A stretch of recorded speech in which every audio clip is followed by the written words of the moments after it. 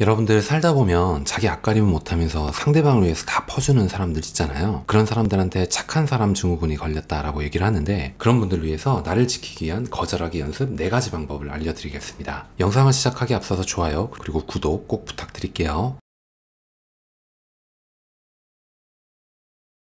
타인보다 나를 먼저 사랑하라. 어떻게 하면 착한 사람 증후군을 벗어날 수 있을까라는 내용입니다. 우리는 누구나 좋은 사람이 되고 싶어 합니다. 또한 누구나 사랑받고 싶어 하죠. 이런 마음을 갖는 건 너무나 당연한 일이라고 생각합니다. 그런데 이 마음이 지나쳐서 계속해서 다른 사람의 눈치를 보거나 상대가 나를 미워한다는 생각에 갇혀 헤어나오지 못한다면 착한 아이 콤플렉스가 있는 건 아닌지 살펴봐야 된다라는 것이죠. 남들에게만 착하게 하는 사람들은 자신의 삶을 살지 못한다는 말이 있잖아요. 착한 아이 콤플렉스가 있는 사람은 자신의 판단에 따라 움직이지 않고 다른 사람의 판단에 맞춰 자신의 행동을 결정합니다. 미움받는 것에 대해 공포를 느끼기 때문이죠. 그래서인지 그 사람들은 다른 사람의 마음에 들기 위해서 필사적으로 노력한다고 합니다. 착한 아이 콤플렉스가 있으면 화도 잘 못 냅니다. 이 화라는 거는 자신이 이 상황을 별로 좋아하지 않는다, 혹은 이게 불편하다 라고 알려주는 감정인데도 화가 나면 죄책감이나 불안을 더 크게 느끼곤 합니다. 혹자는 이렇게 생각할 수도 있겠죠. 나보다 다른 사람을 먼저 생각하고 배려한 일이 뭐가 잘못된 거냐, 내가 좀 더 노력하고 내가 한 번 더 참으면 평화로울 수 있는 거 아니냐. 물론 그 말도 맞는 말입니다. 근데 착한 아이 콤플렉스의 문제는 그런 배려가 다른 사람에게만 향해 있다는 겁니다. 그러니까 좀 더 똑똑한 이타주의자가 되어야 된다는 것이죠.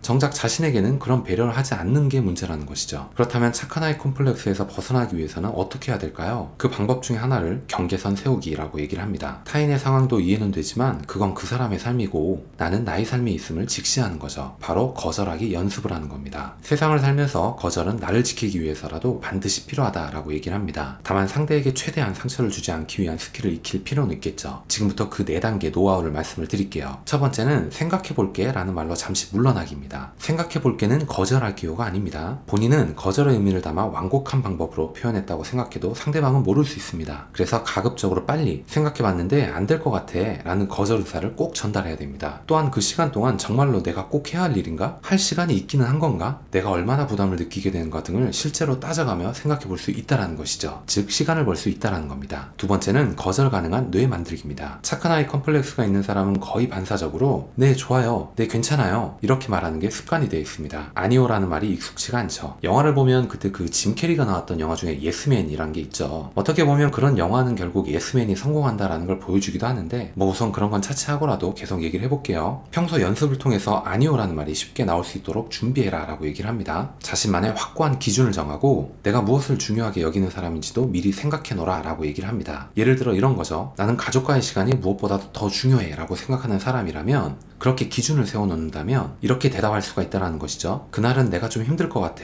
가족 모임이나 식사가 있기 때문이야. 이렇게 조금이나마 수월하게 거절할 수 있기 때문이죠. 세 번째는 거절의 이유를 고민하지 않기입니다. 거절이 어려운 이유 중 하나는 거절할 때 상대방도 납득할 만한 완벽한 시나리오가 있어야 한다고 생각하기 때문입니다. 하지만 거절할 때는 완벽한 시나리오가 아니어도 괜찮습니다. 이유가 모호해도 상대는 크게 관여하지 않는다라는 연구 사례가 많습니다. 그 연구 사례도 한번 들려드려 볼게요. 여러분들 이거 듣고 나면 뭔가 뒤통수를 탁 맞은 듯한 느낌을 받을 겁니다. 하버드 대학의 블랑크 교수가 진행한 다음과 같은 실험이 있었습니다. 사람들이 줄을 길게 서 있는 인쇄 전문점에서 실험 협조자가 중간에 끼어들면서 다음과 같은 말을 합니다. 저 죄송하지만 제가 먼저 들어가도 될까요? 약 3분의 1의 사람만이 양보를 해줬지만 말을 조금만 바꿨더니 거의 대부분의 사람들이 양보를 해줬다는 겁니다. 이렇게 한번 바꿔볼게요. 죄송하지만 제가 먼저 들어가도 될까요? 왜냐하면 제 상사가 당장 가져다 달라고 해가지고요. 어찌 보면 이 실험 결과는 너무 당연합니다. 왜냐하면 뒤에 덧붙여진 내용이 충분히 공감되고 동의가 되기 때문인데, 그래서 연구진은 또 다른 조건을 또 만듭니다. 죄송하지만 제가 먼저 해도 될까요? 왜냐하면 제가 먼저 꼭 해야 하거든요. 여러분들 눈치챘나요? 얼토당치도 않습니다. 근데 놀라운 건 두 번째 조건만큼은 아니었지만 그래도 무려 93%가 양보를 해줍니다. 즉 사람들이 필요로 하는 건 이유가 있다는 것 그 자체지 그 이유의 내용이 아니라는 것입니다. 그건 안 돼. 왜냐하면 그건 안 되는 거니까. 그거 빨리 해야 돼. 왜냐하면 빨리 해야 되는 거니까. 여러분들 놀랍지 않나요? 네 번째 방법은 결정의 장점에 주목하기입니다. 일단 거절했으면 거절한 뒤에 느껴지는 죄책감이나 후회, 미안함보다는 거절을 해서 얻을 수 있는 장점에 주목하는 게 낫다는 것입니다. 그 부탁을 거절해서 나는 내 개인적인 여유를 즐길 수가 있어. 그 부탁을 거절해서 지금 친한 친구와 더 오래 같이 있을 수 있어. 이렇게 생각하는 것이죠. 오늘 내용 마무리를 좀 해보겠습니다. 상대방도 당신이 최대한 예의를 갖춰서 조심스럽게 거절했다는 걸 이미 알고 있습니다. 또한 상대는 당신이 생각하는 것만큼 만큼 당신의 거절을 마음에 두지 않습니다. 그렇기 때문에 너무 마음에 두지 말고 거절하는 연습을 좀 꾸준히 하는 것도 중요할 것 같네요. 오늘 내용은 여기까지 하겠습니다. 오늘 여러분들께 드렸던 내용이 조금이라도 도움이 되셨거나 재밌게 들으실 수 있으셨다면 좋아요 그리고 구독 꼭 부탁드리겠습니다. 다음 시간에 더 좋은 내용, 더 좋은 컨텐츠를 가지고 인사드리도록 하겠습니다. 감사합니다.